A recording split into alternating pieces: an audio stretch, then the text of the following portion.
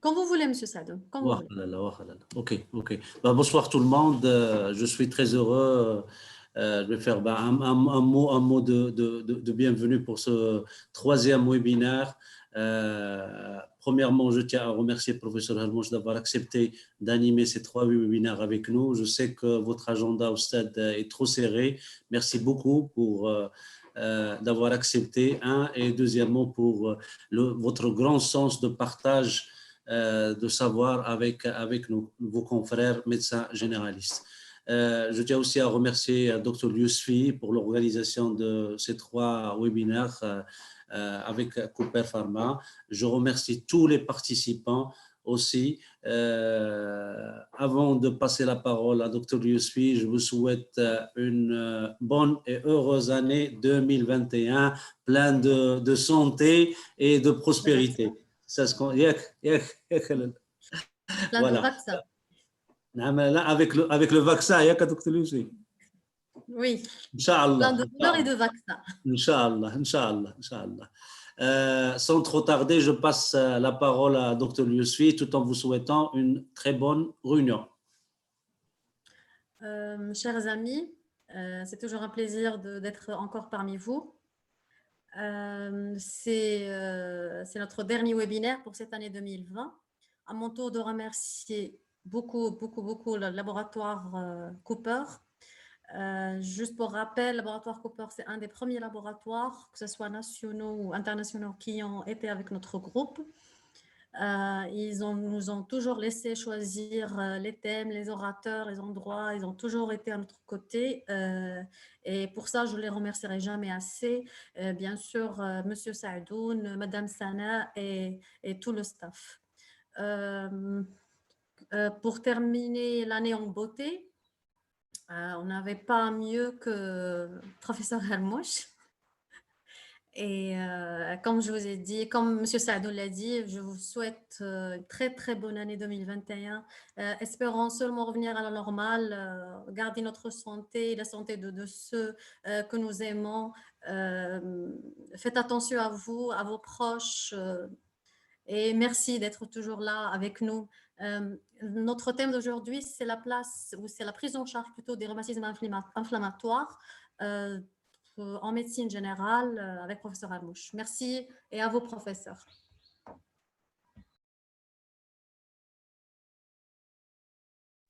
Merci beaucoup, Dr Yousfi. Merci à vous tous. Et bon, comme d'habitude, je suis toujours ravi d'être avec vous. Et je tiens encore une fois à vous remercier vivement de la confiance que vous me faites de m'inviter à chaque fois. Et que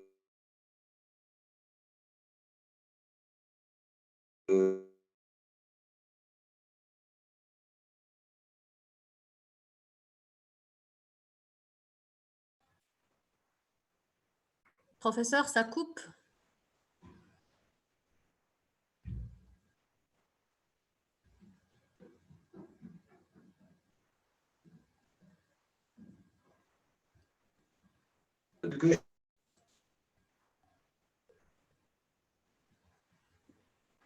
puisque le principal rhumatisme inflammatoire qui existe, c'est la polyarthrite rhumatoïde, je vais Excusez-moi, axer professeur. essentiellement sur la… Ouais, c'est bon? C'est Non, parti? avant, ne vous écoutez pas. Est-ce que s'il y avait un prologue, s'il y avait quelque chose que vous avez dit avant, est-ce que vous pouvez le redire? C'est bon?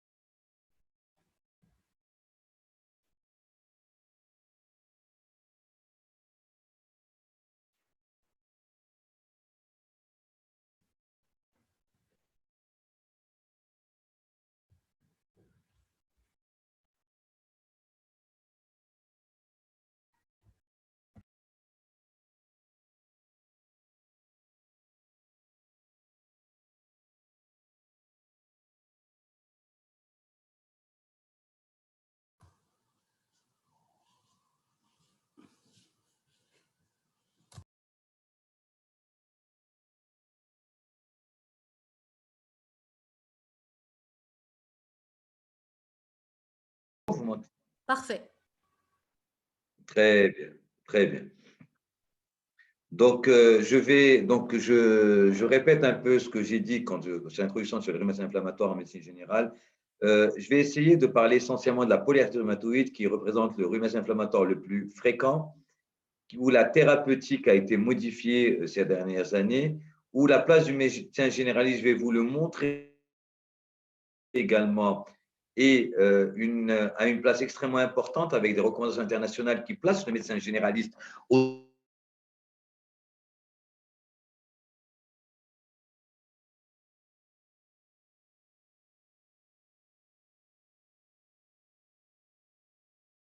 de prise en charge de la polyarthrite rhumatoïde. Lors de la discussion, vous pourrez bien sûr poser des questions sur tout ce qui se rapporte au rhumatisme inflammatoire, du diagnostic au pronostic, mais également à la thérapeutique. Ce que je vous ai mis ici, c'est que, tant sur le plan diagnostique, avec les anticorps anti-CCP et la radiologie, l'apport et tout particulièrement de l'IRMD, de l'ensemble des maladies inflammatoires, représentés par l'immunothérapie, mais surtout par les au Maroc d'avoir ces thérapeutiques et nos patients peuvent l'ensemble des médicaments qui existent en international existent sur le marché marocain et de ce fait, la prise en charge et le suivi de ces thérapeutiques par les médecins généralistes est extrêmement important. Ça, c'est pour l'introduction. L'autre chose également, c'est que quand on parle de PR, il y a plusieurs questions qui sont posées et cela est valable pour l'ensemble des rhumatismes inflammatoires chroniques et je vais essayer de répondre à l'ensemble de ces questions à travers le topo que nous allons faire ensemble ce soir. Alors, est-ce que les anciennes molécules n'ont plus d'intérêt? Et regardez, quand on parle du traitement de rhumatisme, ce qu'on appelait avant les rhumatismes inflammatoires chroniques, c'était, et on l'intégrait en fin de compte en une seule maladie qui est à la PR. Et regardez, déjà, on parlait de cela il y a très longtemps. Et regardez de l'image que disait Osler des rhumatismes inflammatoires. Quand un patient arthritique entrait par la porte de devant de mon bureau, ben moi j'avais envie de sortir par la porte de derrière. Pourquoi? Parce que quand William Osler en 1849 à 1919 parlait de ces rhumatismes, on n'avait strictement rien à leur proposer. On n'avait strictement rien à leur proposer en dehors d'un médicament qui est l'acide acétylsalicylique et vous allez voir que le traitement a complètement été révolutionné et que l'acide acétylsalicylique a très peu d'indications actuellement, sauf peut-être dans la maladie de Still dans sa forme systémique où il peut avoir une indication. Nous pouvons revenir également. On disait que le traitement des rhumatismes inflammatoires est actuellement universellement standardisé. C'est que chaque fois que vous avez un rhumatisme, il faut donner l'acide salicylique. C'est ce qu'on disait, publication dans Lancet en 1905. 100 ans après, vous convenez avec moi que la thérapeutique a complètement été modifiée. Et puis, je ne peux pas parler des rhumatismes inflammatoires sans parler de l'histoire et d'une molécule et d'une maladie qui est la PR et les corticoïdes. Ça a donné un prix Nobel de médecine en 1950. Regardez quand on voit un peu l'histoire des thérapeutiques dans les rhumatismes inflammatoires.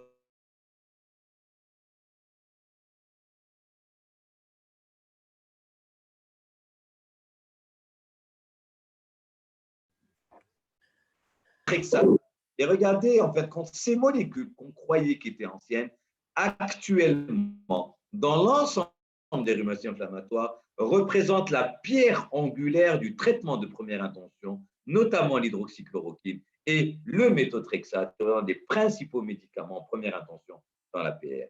Et puis, il y a une évolution. Il y a eu une évolution, c'est le début de l'histoire, c'est l'ère des biologiques, des biothérapies. C'est 1990 avec l'ombrelle des laboratoires Pfizer, avec, regardez, plein de médicaments et l'histoire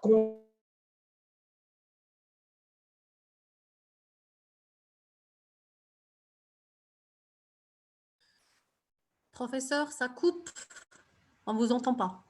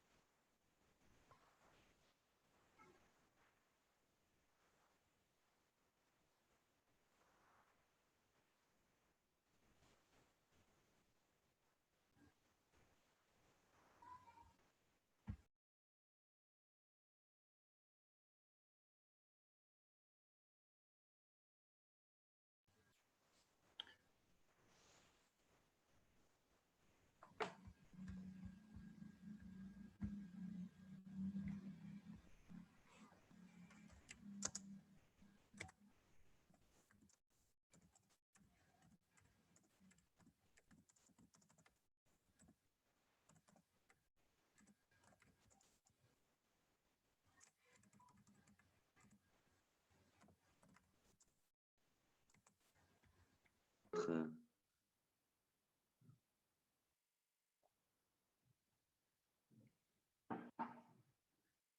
C'est bon? Allô? Allô? Oui, professeur. Vous m'entendez?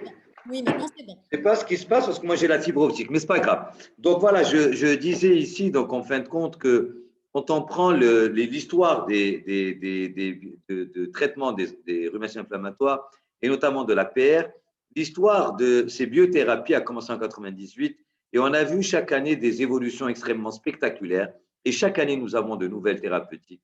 Et ces anti-JAK dont on parlait en fin de compte en 2014, des traitements, des biothérapies orales en 1 comprimé par jour, sont des médicaments qui sont sur le marché marocain actuellement. Et donc, vous convenez avec moi que le médecin généraliste aura un rôle extrêmement important dans la gestion, peut-être pas dans l'initiation du traitement, peut-être pas dans le changement des thérapeutiques, mais certainement dans le suivi des patients et donc connaître ces thérapeutiques, ces effets indésirables et la gestion de la tolérance de ces médicaments.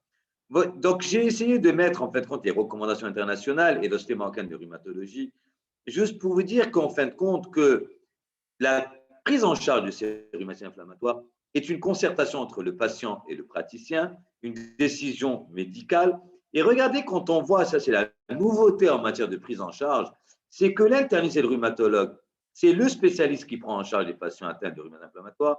Mais regardez ce qui est écrit pour la première fois qu'on ajoute, le médecin généraliste joue un rôle important pour la détection de la maladie et le suivi du patient. Ça, c'est une nouveauté dans les recommandations internationales en coordination avec le médecin spécialiste. Et donc, de ce fait, le médecin spécialiste n'est pas le seul à gérer cela. Donc, l'autre chose également, on doit considérer bien sûr les orientations thérapeutiques à l'échelon individuel et sociétal. Alors, quels sont les signes cliniques? Et ça va me permettre de parler, en partant de l'APR, de parler de l'ensemble des rhumatismes inflammatoires. En gros, tous les rhumatismes inflammatoires, toutes les maladies auto-immunes ont une symptomatologie qui se fait à base d'arthralgie. Et peut-être pour en faire de la formation médicale continue, rappeler en fin de compte la différence entre une arthralgie mécanique et inflammatoire, où l'arthralgie mécanique est une douleur, peu de douleur le matin, majorée à l'effort, calmée par le repos, contrairement à la douleur inflammatoire qui réveille le matin, la nuit, dérouillage matinal. Ça, c'est une notion importante et il faut la chiffrer, ce dérouillage matinal. Est-ce que c'est 30 minutes? Est-ce que c'est 1 heure?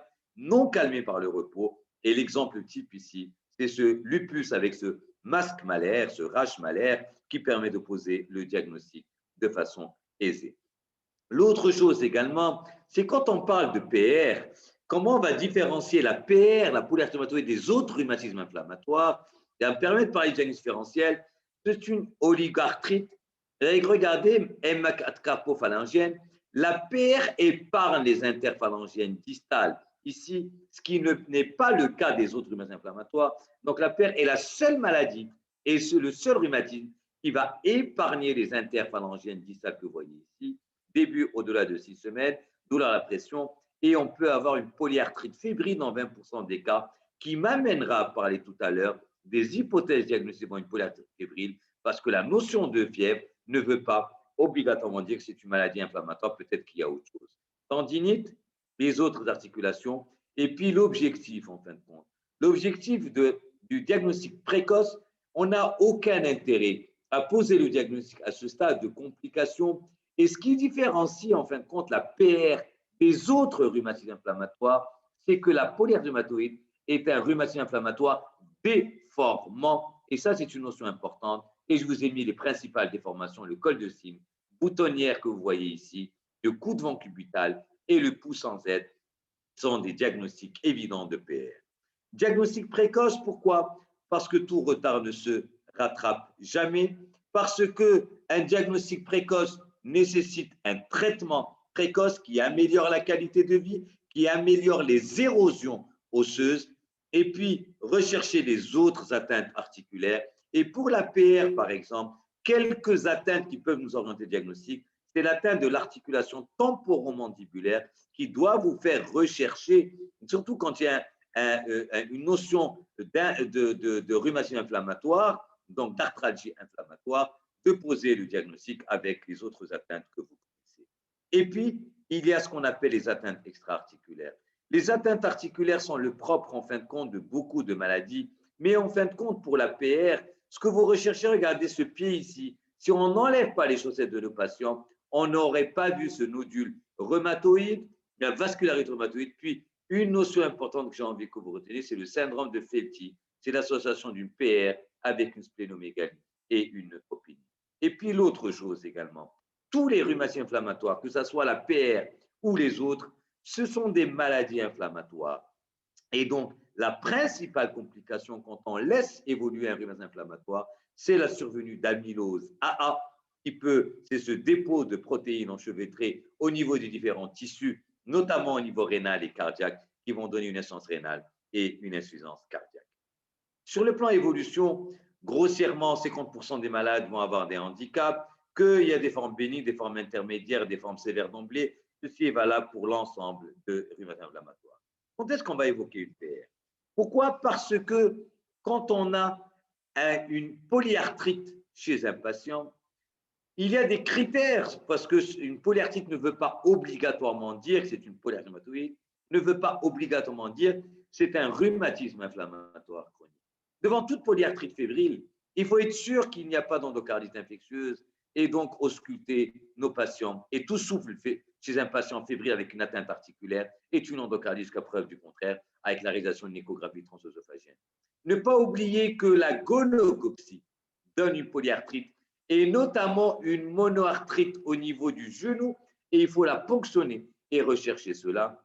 La maladie de Lyme, il ne faut pas oublier les polyarthrites septiques, et puis bien sûr, il y a la goutte chondrocalcinose articulaire, dont le diagnostic est facile par une radio qui montre en fin de compte ce dysrhythme.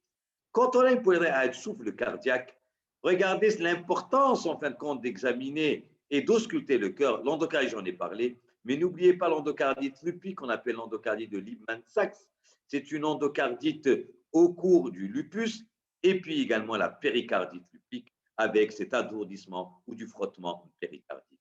L'examen cutané est important dans les polyarthrites. Pourquoi? Le psoriasis, et dernièrement, j'ai eu une patiente qui avait un psoriasis très discret au niveau du coude. Donc, pour pouvoir poser le diagnostic d'un rhumatisme psoriasique, il faut déshabiller le patient au niveau du coude, au niveau du cuir chevelu, au niveau des oreilles, etc.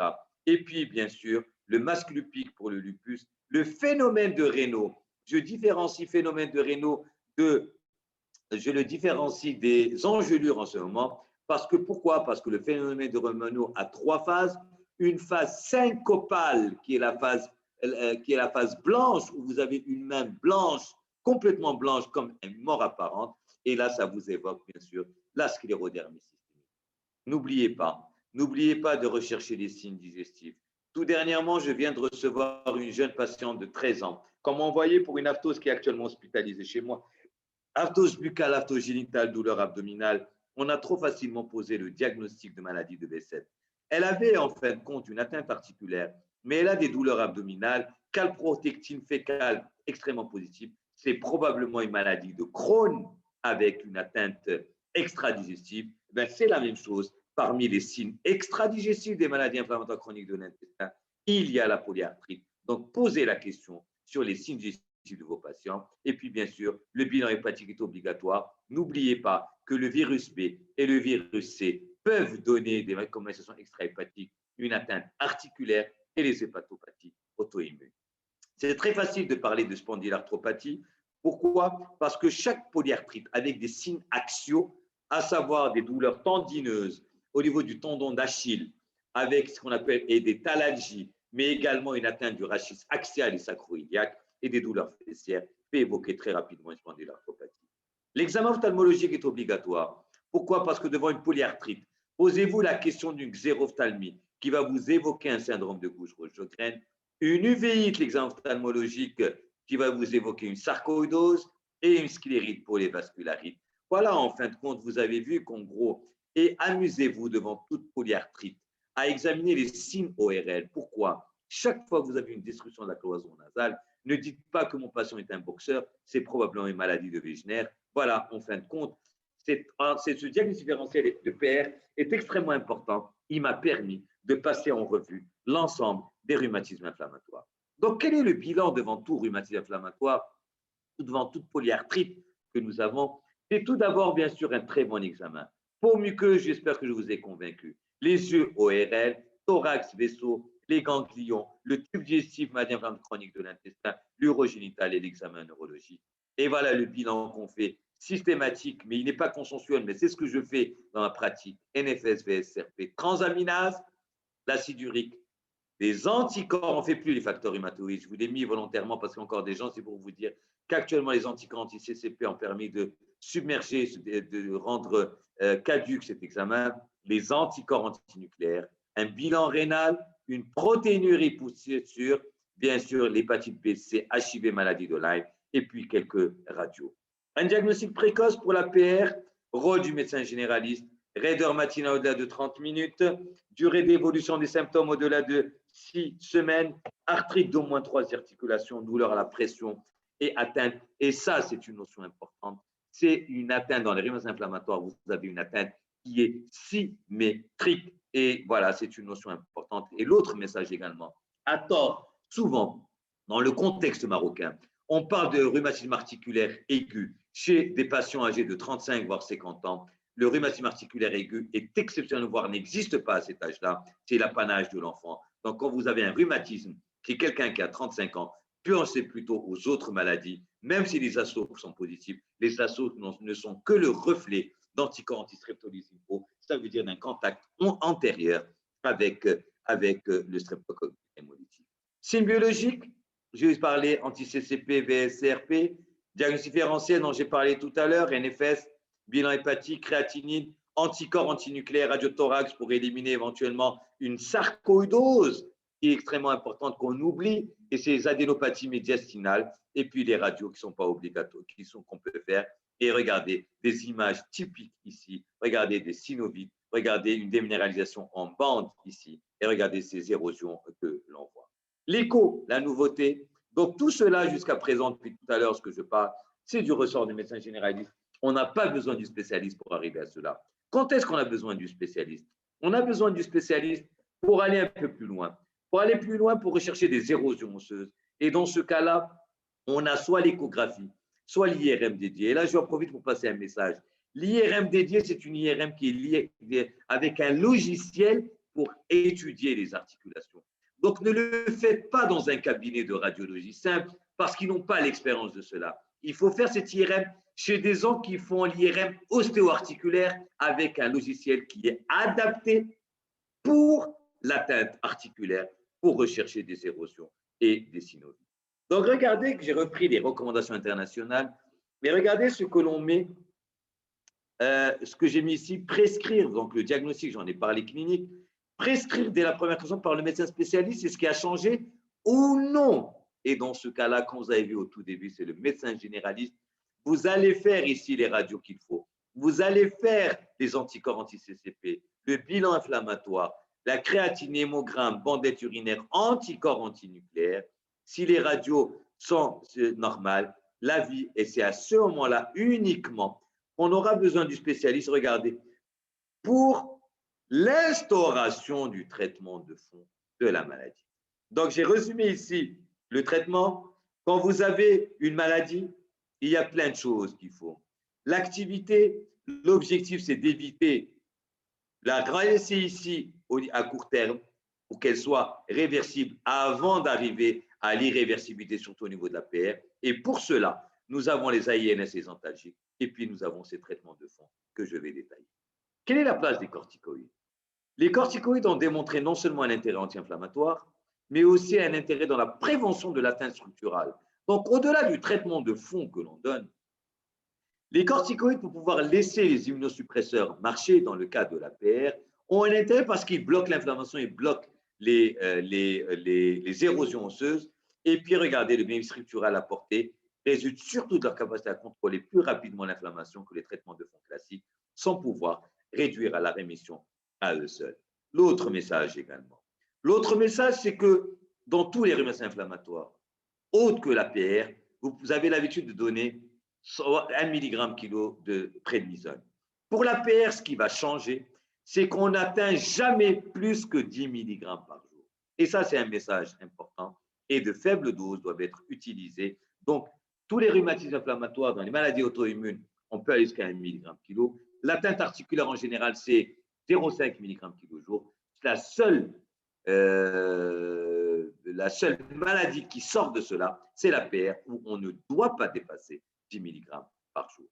Et là, vous avez des publications qui ont montré l'intérêt de faibles doses de corticoïdes dans le traitement précoce de la PR, avec un intérêt structural, avec un intérêt où on voit bien que métaux plus corticoïdes fait mieux que méthotrexate seul. Quels sont les traitements de fond? Quand on parle de la PR, il y a le métaux. Et le métaux, à la dose, on nous avait fait peur pendant très longtemps avec le métaux, mais le métaux qu'on a dans la PR, ce n'est pas la dose que je donne en pathologie et hématologie.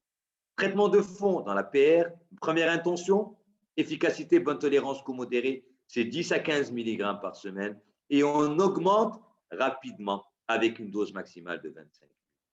Il faudrait qu'on atteigne une bonne efficacité après 8 semaines. Si à 25 mg à 8 semaines, ça ne marche pas, là, on passe la main au spécialiste pour passer aux autres thérapeutiques. Les autres thérapeutiques que nous avons, c'est tout d'abord l'hydroxychloroquine, surtout en association, jamais en monothérapie. Les autres, les flunomides et sulfasalazine, qu'on utilise dans les MICI, mais qu'on utilise essentiellement dans la polyarthrite rhumatoïde. Mais regardez ici, la stratégie thérapeutique dans la prise en charge de la PR, pas de contre-indication en métaux, on donne petite dose de corticoïdes, ça répond, je continue, ça ne répond pas, je passe à la phase 2. S'il y a une contre-indication en méthotrexate, j'utilise d'autres médicaments de première intention et je continue ma thérapie. Alors, sur quoi va-t-on se baser? Sur l'efficacité des thérapeutiques. Si on prend le cas de la PR, nous avons le DAS28. C'est très simple, n'ayez pas peur. Le DAS28, c'est un petit truc sur le téléphone où on calcule en fonction des nombres d'articulations au niveau de la CRP et on voit, en gros, c'est instantané quand on a sur notre téléphone. Il faudrait avoir un DAS28 inférieur à 2,6 pour dire que ma maladie est contrôlée. Si vous avez un DAS28 au-delà de 2,6, c'est que votre malade n'est pas contrôlé, que les érosions sont en train de s'installer et qu'il faut passer un traitement beaucoup plus efficace. Les autres biomédicaments, et regardez ce que je vous ai mis.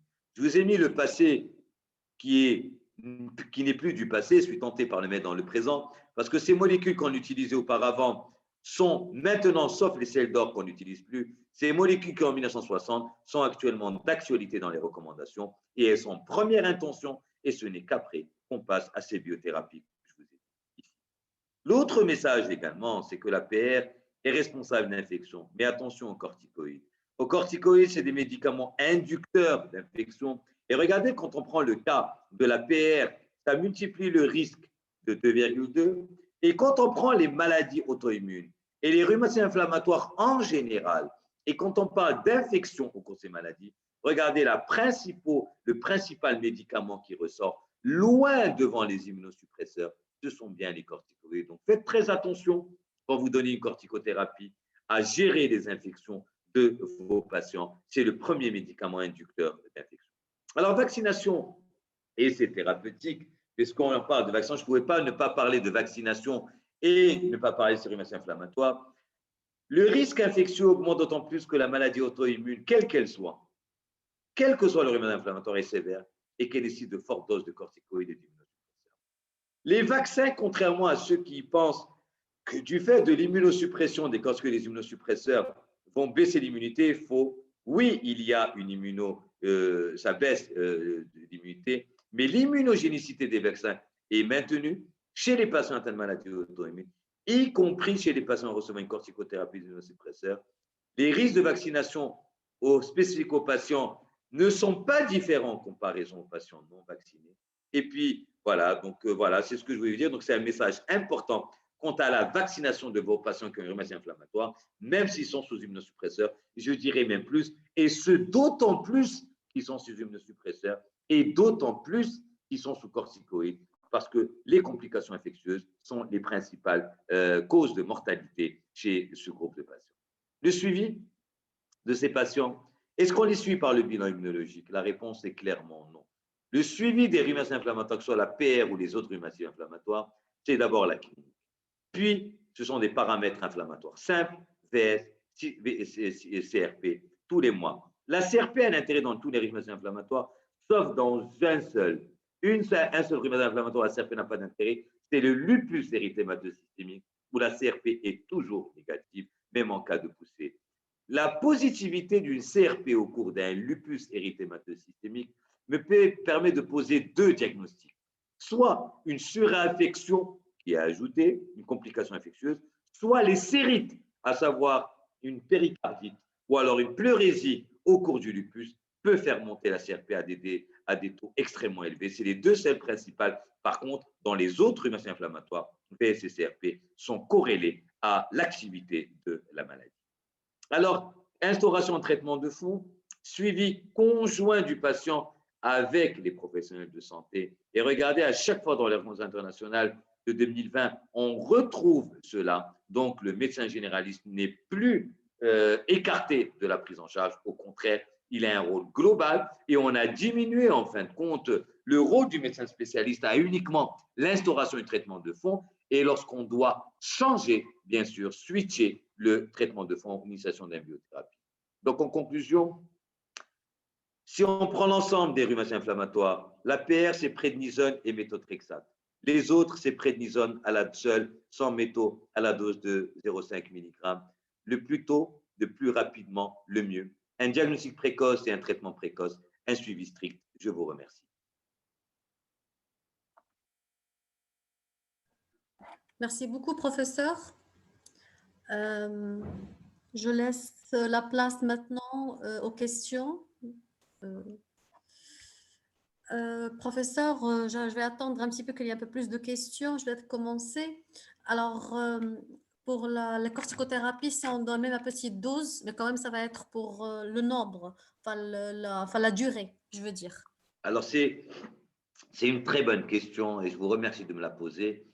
Alors, je vais différencier, comme je l'ai dit tout à l'heure dans mon exposé. Si je prends l'APR, je ne vais pas dépasser 10 mg par jour. Et le temps, en fin de compte, que le méthotrexate fasse son effet, il faut à peu près 4 à 8 semaines, d'accord? Et à ce moment-là, mon objectif, c'est d'arrêter la corticothérapie au bout de maximum 6 mois. Ça, c'est l'APR. Dans les autres rhumatismes, donc parce que l'APR se différencie des autres rhumatismes. Si je prends le cas du lupus, par exemple, le lupus, c'est 0,5 mg kg que je vais diminuer progressivement jusqu'à une dose minimale efficace. Vous avez vu que le concept est différent. Une dose minimale efficace qui, idéalement, devrait être entre 5 et 7,5 mg par jour, que je maintiendrai sur une période qui est beaucoup plus longue. L'autre message également, c'est que si je prends le cas du lupus, ou si je suis à une dose au-delà de 7,5, 10, 15 mg, et que ma polyarthrite est toujours là, dans ce cas-là, je vais ajouter du méthotrexate pour pouvoir lutter contre cela. C'est ce qu'on appelle un traitement d'épargne cortisonique. Donc, vous avez vu que le concept est différent. Dans le APR, le traitement de base est le métaux associé au corticoïde à petite dose qu'on doit arrêter et laisser que le métaux. Dans les autres, le traitement de base, c'est les corticoïdes, atteindre une dose minimale efficace, et le métaux n'est indiqué que quand on a un échappement de la maladie et qu'on veut, ou alors une cortico-résistance, une corticodépendance, et on veut donner un traitement d'épargne cortisonique. Donc, vous avez vu que le concept est complètement différent. Merci beaucoup de m'avoir posé cette question. Merci à vous. Est-ce qu'on donne un traitement adjuvant ou puisque c'est une dose minimale, on n'a pas besoin? Alors, ça, c'est une grosse question. Alors, autant, tout dépend de ce qu'on entend par traitement adjuvant. Si vous partez des maladies non PR, où je vais donner une corticothérapie au long cours, vous savez très bien que le principal traitement adjuvant, qui sont les biphosphonates, où la principale complication, c'est l'ostéoporose, lorsque les recommandations, c'est chaque fois que vous donnez une corticothérapie supérieure ou égale à 7,5 mg pendant plus de 3 mois, il faut donner obligatoirement un biphosphonate. Donc, pour la PR, l'objectif, c'est non. Donc, biphosphonate, non. Par contre, calcium, vitamine D, systématiquement pour tous les rhumatismes inflammatoires chroniques. Pour le potassium, la question est peu. Pour la PR, je ne le donne pas en général parce que très rapidement, je baisse. Par contre, quand on donne 0,5 mg par kilo par jour, je vais donner potassium et quand je serai à moins de 10 mg, j'arrêterai mon potassium. Et pour biphosphonate, peut-être pas pour PR, mais oui pour les autres, puisque dans la PR, je dois arrêter très rapidement et dans les autres, je dois maintenir un biphosphonate tant que la corticothérapie est prescrite chez mon patient. Ok. si je peux me permettre d'avoir de la pratique, c'est-à-dire que si vous pouvez nous donner une ordonnance quand on a une polyarthrite rhumatoïde devant nous, je ne sais Ouais. pas, par exemple, le prédnivan de Cooper, on commence par 20 mg, est-ce qu'on fait un quart de comprimé, un demi-comprimé, pour combien de temps? Alors, voilà, ça c'est Vous une pouvez très nous bonne donner question. une ordonnance pour Alors, ça. l'ordonnance type, quand on est PR, moi, je vous dis ce que je fais. C'est que je commence par 10 à 15 mg par semaine, une fois par semaine, 48 heures à distance. Je vais donner de l'acide folique. Pardon, Donc, je vais 10 à 15 donner deux mg comprimés de, 10 à 15 mg de quoi? De de méthotrexate? méthotrexate. Est-ce que méthotrexate, est-ce qu'il y a de comprimés de, est-ce qu'il y a méthotrexate? Alors, c'est une très bonne question. Au Maroc, malheureusement, on n'a que la forme injectable. Justement. En France, il y a la forme comprimée. Dans les autres pays, il y a la forme comprimée, c'est l'IMET. IMET 10 mg, c'est des comprimés de 10 mg. Et il y a les comprimés de 2,5 mg. Donc, si vous donnez les comprimés de 10 mg, je commence par un comprimé, voire 1,5 comprimé par semaine. Si vous avez les comprimés de 2,5, je vais donner 4 à 6 comprimés par semaine en une prise. Ça, c'est une notion importante. Si je ne peux pas apporter les médicaments de l'extérieur, je vais donner 10 à 15 mg. Vous avez les ampoules de 25 au Maroc, vous avez les ampoules de 5 mg et vous avez les ampoules de 15 mg.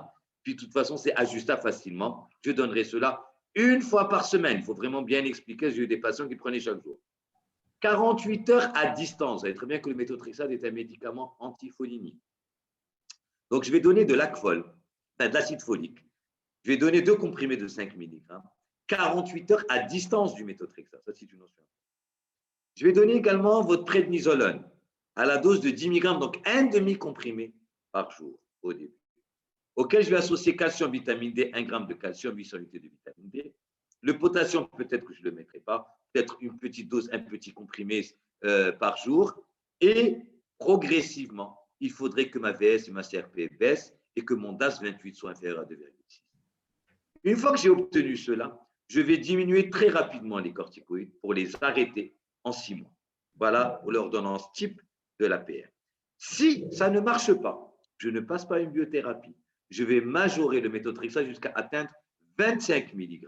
Je ne parlerai d'inefficacité que quand j'aurai atteint 25 mg et que mon DAS 28 est toujours au-delà de 2,6. Voilà, donc vous avez vu, c'est très simple. Donc, ce n'est pas compliqué. Et quand ça ne marche pas, à ce moment-là, il faut passer la main au spécialiste, à lui d'instaurer, bien sûr, le traitement. Parce que là, c'est l'indication soit d'association de traitement on laisse de 15 à 25 mg par semaine pendant 6 mois. Voilà. Petit à petit, on monte à 17,5, à 20, puis 25 mg par semaine. Okay. Merci beaucoup. Toujours, pardon, je continue pour avoir encore plus de questions. Revenons un petit peu au diagnostic. Parfois, il y a des polyarthrite rhumatoïde, mais avec un anticorps anti-CCP négatif. Oui, très bonne question. Pour la clinique, je vous remercie de me la poser.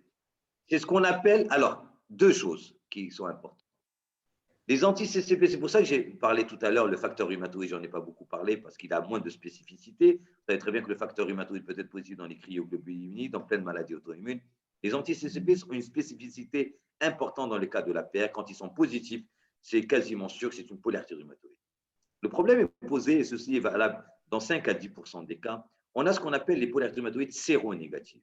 Séronégatives, c'est-à-dire que vous allez avoir des anti-CCP négatifs, que vous allez avoir une clinique fortement évocatrice.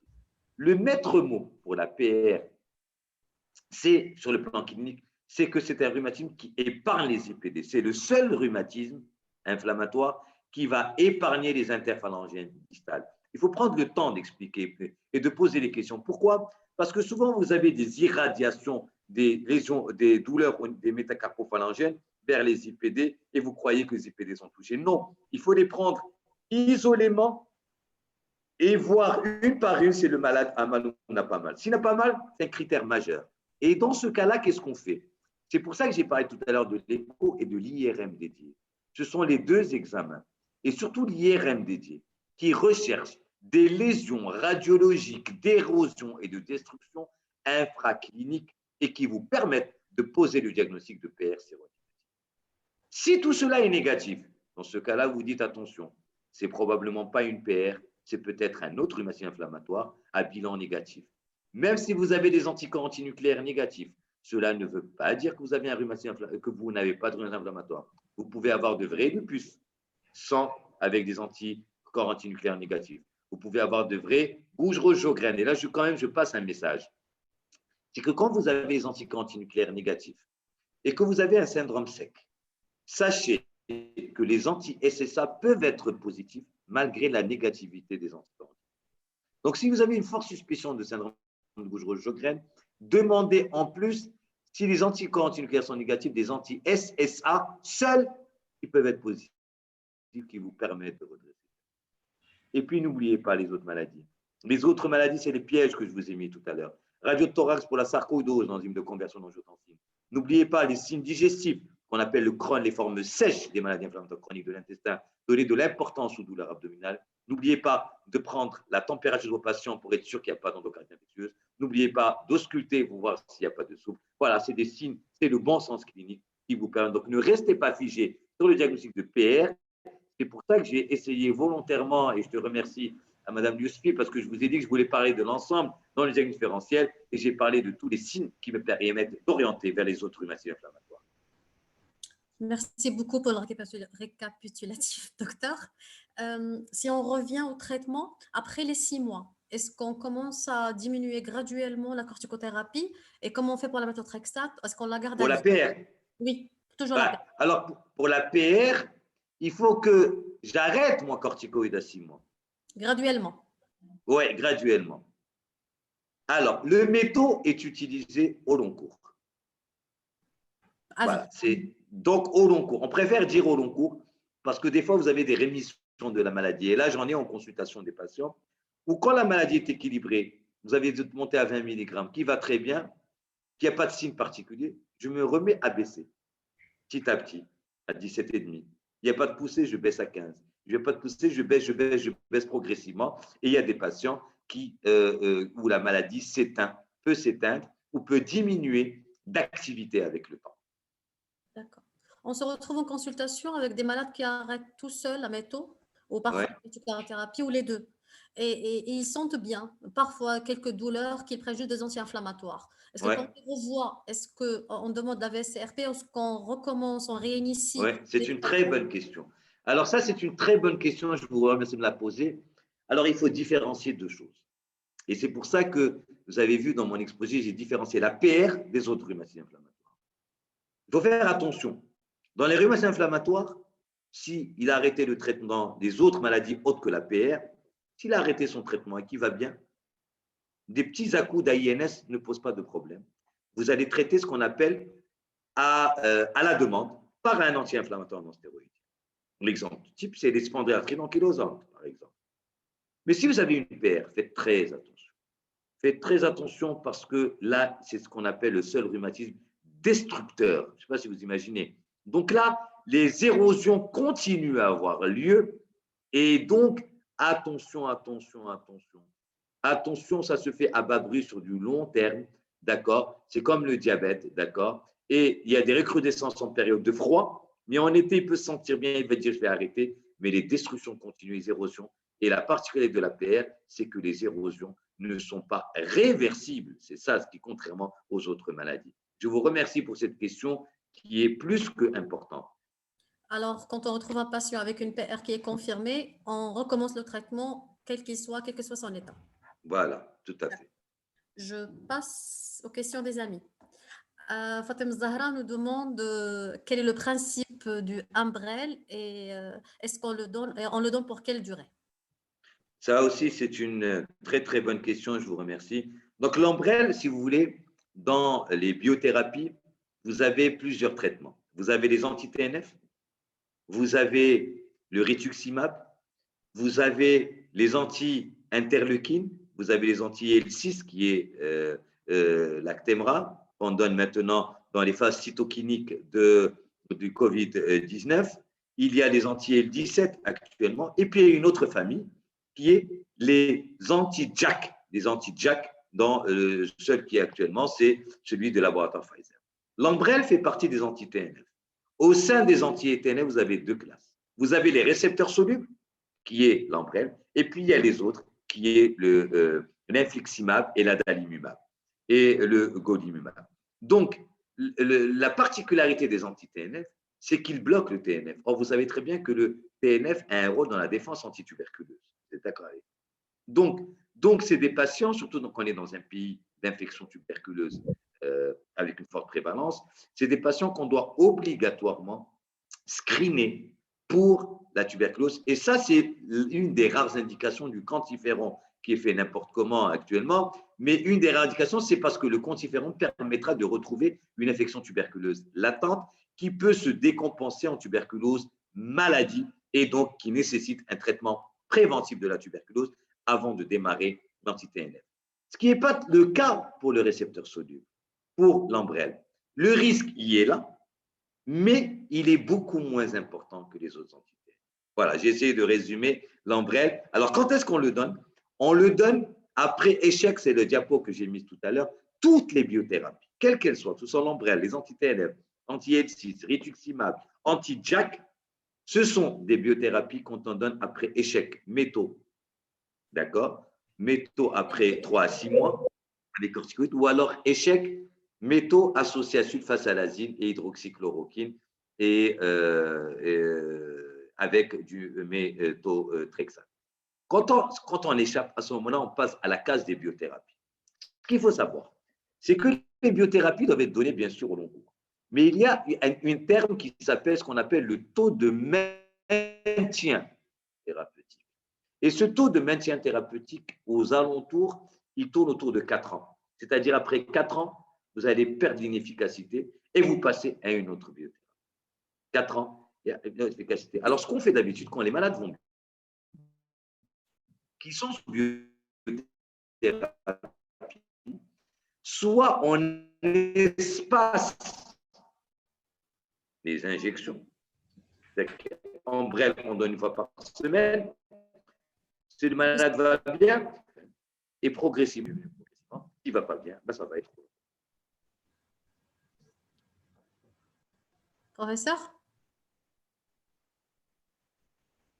Ça a coupé, c'est bon? Oui, moi j'écoute. D'accord, parfait. Pas chez moi. Non, pas chez vous moi. avez répondu pour la durée. Désolé, je n'ai pas entendu. La durée de l'Ambrelle. Oui, j'ai répondu. Ouais. OK. Saïda demande si vous pouvez nous dire un petit mot sur le spondyloarthrite ankylosante, le diagnostic et la prise en charge. La SPA, si vous voulez, rentre dans le cadre des spondylarthropathies. C'est pour ça que tout à l'heure, dans mon exposé, je parlais des spondylarthropathies. La spondyloarthropathie, c'est quoi? C'est-à-dire, ils ont en commun la présence de ce qu'on appelle l'antigène dystrophique HLA-B27, que vous connaissez très bien. Et l'autre particularité, c'est une atteinte des anthèses. C'est quoi les anthèses? Ça veut dire les zones d'insertion ligamentaire.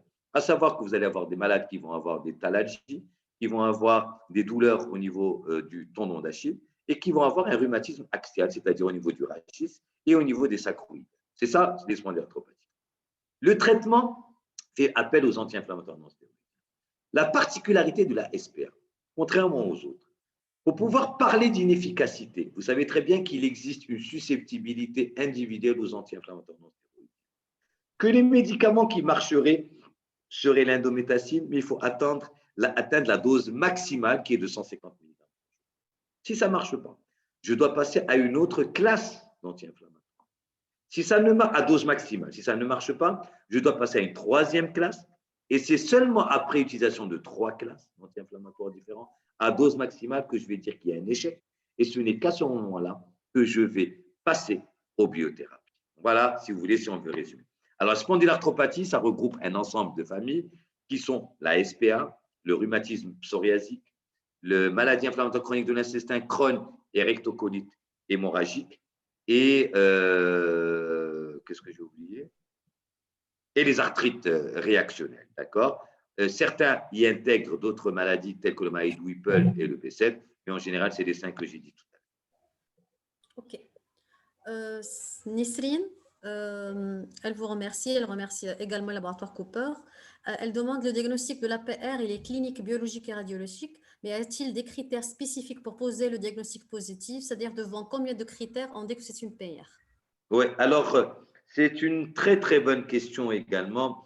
Juste pour vous dire, en fin de compte, quand on parle de critères, les critères que je vous ai mis ici, ce sont des critères épidémiologiques. Ça veut dire que c'est des critères qu'on utilise pour, lorsqu'on fait une étude, pour que ce soit les mêmes critères qu'on a utilisés pour poser un diagnostic. Mais à l'échelle individuelle, les choses sont complètement différentes. Pourquoi est-ce que les choses sont complètement différentes? Parce que, tout simplement, vous prenez quelqu'un qui a des anti-CCP positifs, et une polyarthrite bilatérale,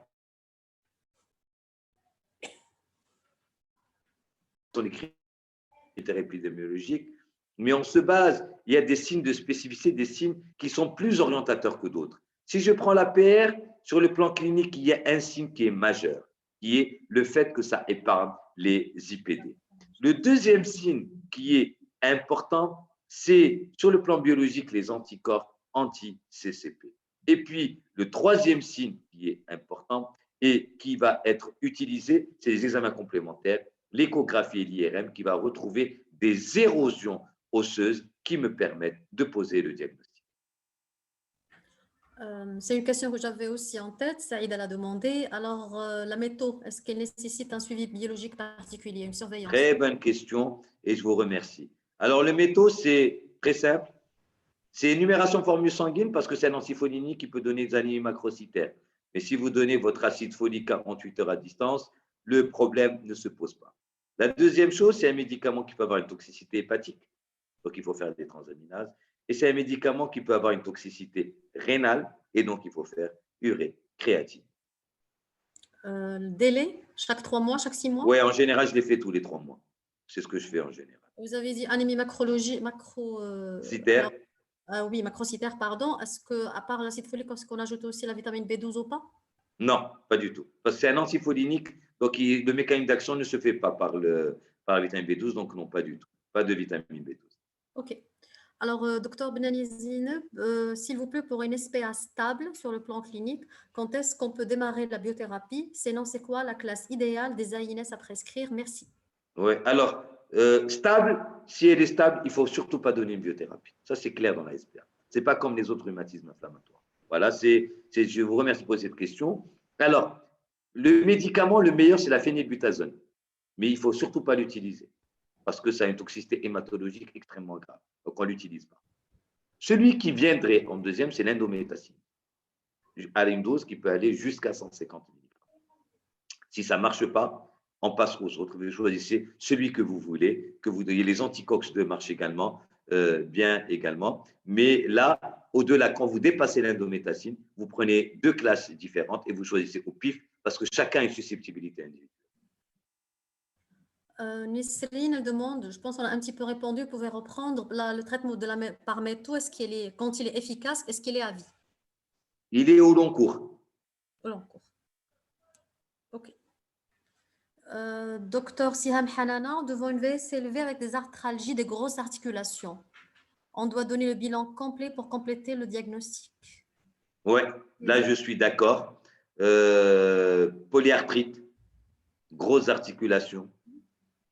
S'il n'y a aucun signe orientateur, vous faites tout le bilan que j'ai mis sur la diapo et je vous envoie tout à la fin tout de suite, je vous envoie la présentation. Il y a une diapo où il y a le bilan qu'il faut faire. Donc, quand on n'a aucun signe orientateur, à ce moment-là, on fait tout. Et là, je vais vous envoyer tout de suite les diapos. Dès qu'on finit, vous allez recevoir instantanément les diapos. D'accord. Alors, docteur Najat Mouatassim, le bilan hépatique et les radios dans le cadre de la surveillance du traitement, est-ce que oui, on fait du bilan hépatique chaque 3 Alors, mois? le bilan radio, non. On ne fait pas de bilan radiologique dans la surveillance du traitement. D'accord. Dans la surveillance du traitement, quand ça va bien, ça ne sert à rien. Quand ça va mal, oui, la radiologie pour voir est-ce qu'il n'y a pas d'érosion de nouvelles synovites infracliniques qui sont en train de s'installer. Donc, on le fait quand ça marche, quand ça ne va pas bien. D'accord. Et justement, s'il y a ces érosions-là, est-ce qu'on passe la main parce qu'on doit passer à la biothérapie ou est-ce qu'on Oui, en je pense. la méthode? Je pense que quand il y a des érosions majeures, il faut passer la main.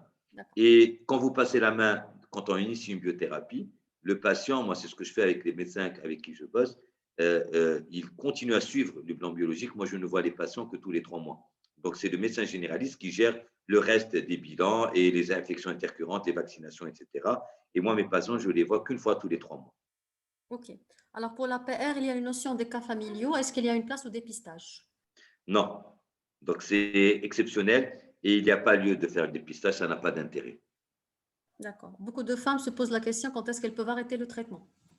Ouais, c'est une très bonne question. Alors, ce qu'il faut savoir, ce que j'ai oublié de dire pour la PR, c'est que euh, quand les femmes sont enceintes, c'est la seule maladie, contrairement au lupus, où le lupus s'aggrave pendant la grossesse, la PR s'améliore pendant la grossesse.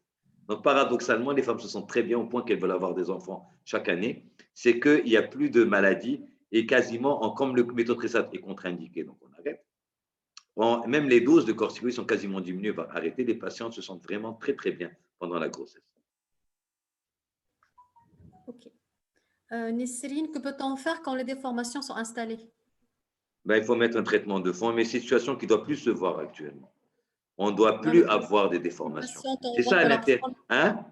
quand une patiente, on la voit pour une première fois avec ses Ouais, déformations. ben, il faut démarrer, il faut faire le bilan. S'il y a des déformations, c'est certainement une PR. Et dans ce cas-là, vous démarrez méthotrexate des corticoïdes tout de suite. On n'a pas besoin pour biothérapie ou quoi que ce soit. On démarre. Non, non, on repart de la case de zéro. D'accord. C'est ça ce que je veux dire. On repart de la case de zéro. Et s'il y a des déformations, c'est que la malade n'a pas été traitée. Ce n'est pas parce que le traitement est inefficace. Donc, vous commencez métaux, comme on a vu au départ, vous surveillez. Et c'est quand la maladie va échapper malgré la dose maximale que vous passerez au spécialiste.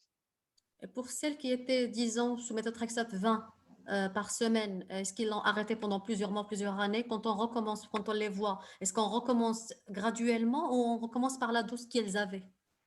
Ben, idéalement, c'est de recommencer par la dose qu'elles avaient et puis à redescendre s'il le faut. Voilà, c'est ce que j'aurais fait. D'accord. Bah, ma tante, elle demande la durée de traitement de la SPA par les INS. Au long cours. Au long- Avec protection gastrique également au long cours. Bah, pardon, mais si on donne les INS au long cours, autant donner les corticoïdes à long cours. On peut Non, parce que ça ne marche pas très bien. D'accord. Les corticoïdes, ça marche dans les formes périphériques de spondyloarthrite ankylosante ou alors du méthotrexate. Mais dans les formes axiales, c'est les AINS qui marchent mieux. C'est-à-dire au long cours avec juste une protection gastrique Oui, et c'est ça. Ben, il y a des malades qui sont rénale de depuis 10 ans. surveillance. Ouais, et voilà, c'est ce qui arrive. C'est ce qu'on fait pour la PR. D'accord. Alors, j'attends d'autres questions, les amis, sur la polyarthrite, sur les rhumatismes en général. Professeur, on va encore abuser un petit peu de votre temps si vous en avez.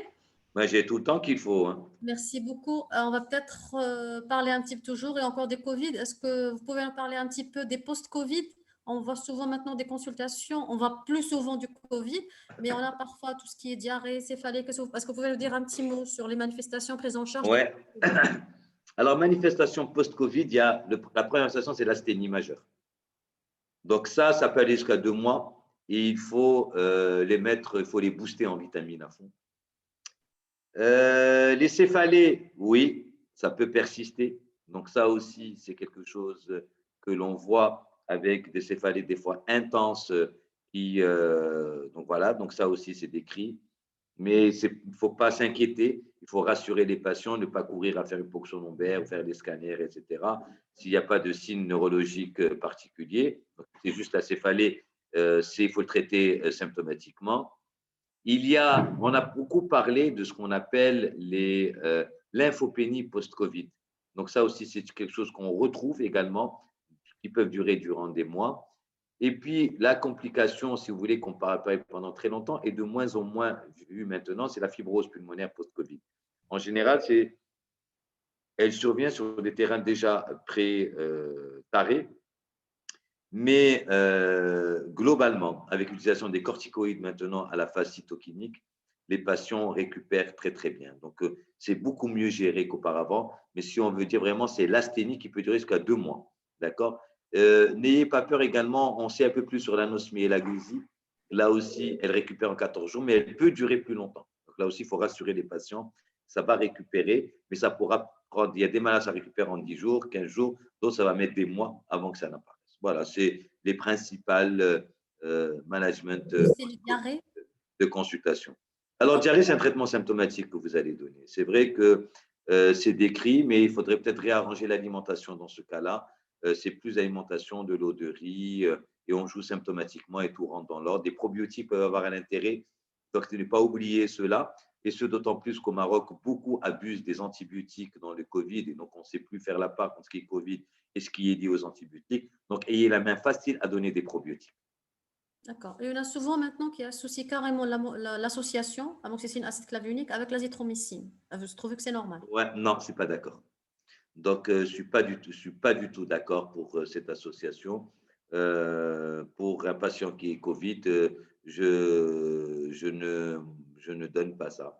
Et les recommandations sont claires, ça sert à rien de donner ça. D'accord. L'aspirine, on est clair. La dernière fois, professeur Tazim Salek, elle a dit que si la personne est déjà sous aspirine, elle continue. Si elle n'est pas sous aspirine, ne le Ça n'a prend pas pas. d'intérêt. D'accord. Sinon, toujours dans le traitement de Covid, il y a des jeunes qui prennent aussi même si les dédimarques ne sont pas élevés et pas de signes et qu'ils marchent, qui sont enfin, plus ou moins asymptomatiques ou des petits symptômes, aussi symptomatiques, et qui prennent le Lovenox. Non, la réponse est clairement non. La D'accord. réponse est clairement non. Et maintenant qu'on a surutilisé l'Ovenox, moi, dans ma consulte personnelle, et actuellement, maintenant, j'ai une patiente, et là, mes internes qui sont en train d'écouter vont reconnaître la patiente, on a une toxidermie au Lovenox. Donc, plus on va l'utiliser. Donc, voilà, ce n'est pas un médicament complètement anodin. Donc, quand on n'a pas besoin de l'utiliser, il ne faut surtout pas l'utiliser. Donc, quelqu'un qui n'est pas, qui sature très bien, qui n'a pas d'atteinte respiratoire, qui bouge normalement, qui a des symptômes normaux, même si les dédimères sont élevés, ça ne sert à rien de donner du Lovenox. Voilà, c'est au contraire plus toxique que… GAG, l'indication. Alors, ça, c'est autre chose. L'indication Sujet âgé, c'est précise. autre chose. Mais moi, le sujet qui est normal, qui déambule, etc., il n'y a aucun intérêt. Donc, il faut vraiment peser le pour et le contre pour l'indication des héparines. D'accord. Vous avez une idée sur la souche, la nouvelle souche d'Angleterre, qu'on en parle, qu'on en fait tout un plat Ben, il faut attendre. un petit peu. Honnêtement, bon, j'ai lu, comme tout le monde, sur cela. Il semblerait qu'elle ne soit pas plus virulente. Il semblerait que le vaccin marcherait. Il semblerait qu'elle soit plus contagieuse. C'est tout. C'est ce qu'on sait actuellement. Dans les jours qui viennent, on saura un peu plus. D'accord. On parle enfin, le Maroc, peut-être il commence à acheter, oui, avec négociation avec le laboratoire AstraZeneca pour le vaccin, pour un autre vaccin. Comment ça va se passer avec le vaccin Sinopharm, qui est déjà là? Je ne sais pas. Je ne suis pas dans le secret. Je connaîtrai en même temps que vous. Je saurai en même temps que vous. Mais on fait quand même le vaccin du Sinopharm, les 2 doses. On a Ouais, je pense. fait Par contre, je peux vous donner mon bon sens clinique. Le bon sens clinique voudrait qu'un patient qui a commencé un vaccin fasse le rappel avec le même vaccin. Oui. Ça, c'est le bon sens clinique. Vous avez commencé par Sinopharm, continuez par Sinopharm. Et Non, mais surtout dans que le les vaccin années à venir, d'AstraZeneca n'a dans les- pas le même principe que le vaccin de Sinopharm. Voilà, c'est pas exactement le même principe. D'accord? Non, Et mais ce que donc, je le veux bon dire, sens clinique voudrait que, indépendant, même si c'est le même principe, vaut mieux continuer par le même vaccin initial. Et j'espère, je pense que ce qu'ils vont faire, c'est-à-dire le produit avec le rappel et voilà, c'est à mon humble avis, ça serait une erreur que de switcher les choses, ça serait une cacophonie. Ça, c'est mon point de vue. Bon. d'accord. On a d'autres questions. Alors, la AS a annoncé que les patients qui ont eu le Covid ne sont pas prioritaires pour être vaccinés et peuvent ne pas être Ouais. vaccinés qui sont immunisés. Qu'est-ce que vous en pensez? Ben, il faut dire ce qu'a dit la HAS, donc le bon sens clinique également. C'est que comme maintenant on n'a pas suffisamment de vaccins, il faudrait commencer par ceux qui n'ont pas d'anticorps. On sait que l'immunisation liée à l'infection euh, va durer quelques mois. Mais elle n'est pas suffisante, ça aussi on le sait, parce que les anticorps neutralisants induits par le vaccin ne sont pas ceux qui sont induits par le fait d'avoir contracté la maladie. Donc, en fin de compte, pourquoi ils ont émis cet avis? C'est pour qu'on puisse vacciner les prioritaires, le temps que les autres qui ont été contaminés perdent leur immunité et qu'on puisse les vacciner après. Et peut-être que si, comme le Maroc va faire une vaccination de masse, donc si on vaccine 80% de la population, ben les autres probablement n'auront pas besoin de vacciner parce que le virus arrêtera de circuler. Je pense que c'est dans ce sens qu'ils ont fait cette recommandation. D'accord. Mais les IgG, il y a parfois des patients qui ne développent pas d'IgG. Ouais, ben, donc il faut qu'ils soient vaccinés. D'accord. OK. Donc, en gros, si tu veux, le Oui. bon sens voudrait que les gens qui ont fait une infection Covid fassent une sérologie. Si elle est positive, ils ne sont pas prioritaires. Si elle est négative, ils retombent prioritaires comme les autres. OK. Docteur Saïda Mokrouti, elle vous remercie pour votre générosité, vous souhaite une bonne année. Alina Alik, merci beaucoup. Et pareil pour Dr Nisrine Ziani, qui nous remercie tous, nous, les laboratoires, Cooper et tout. Fatima Zahra Al-Mahawar, désolé, c'est hors sujet. J'ai un sujet jeune qui a 30 ans, qui a présenté une paralysie faciale à 2 reprises, et des troubles sexuels et des problèmes visuels, surtout pour les lumières. L'IRM cérébral note une affection démyélinisante évoquant une sclérose en plaques. Comment poser les diagnostics? Et merci encore pour votre générosité, Belani. Alors, c'était trop long. Est-ce qu'elle est écrite cette question, comme ça je peux la lire? Oui, c'est la dernière question. Alors, je vais descendre, comme ça je vais la lire à tête reposée. Désolé. Alors, 30 ans, présenté paralysie faciale à 2 reprises, troubles sexuels et des problèmes visuels, surtout pour les lumières. IRM cérébrale note une infection démyélinisante évoquant une sclérose en plaques. Comment poser le diagnostic? Cette patiente-là a besoin d'une ponction lombaire avec une électrophorèse des protéines dans le liquide céphalorachidien. Cette patiente a besoin également de faire des potentiels évoqués visuels et auditifs, d'accord, et de faire également une IRM médulaire pour confirmer la démyélinisation. Et dans ce cas-là, si c'est confirmé, vous commencez par un traitement directement, par également les biothérapies que l'on a sur le marché. Ok. Les amis, d'autres questions? C'est bon? Docteur Nadia Al-Harim vous remercie beaucoup encore pour cet excellent exposé et vous souhaite une bonne année avec plein de bonnes choses. À vous aussi, merci beaucoup. Merci énormément, professeur, c'est toujours un plaisir. On ne vous lâche pas. On revient. Anna, je vous envoie tout de suite la présentation, instantanément. Et l'année prochaine aussi, on sera toujours avec vous, Inch'Allah. Inch'Allah, mahbabikum. Merci pour l'honneur que vous me faites. Non, merci pour la confiance et bonne et heureuse année. Inch'Allah, sans Covid, la Hamshaya, bienvenue. Ya Rabbi, amin. Ya Rabbi, amin. Merci beaucoup, les amis. À très bientôt, Inch'Allah. Au revoir, merci.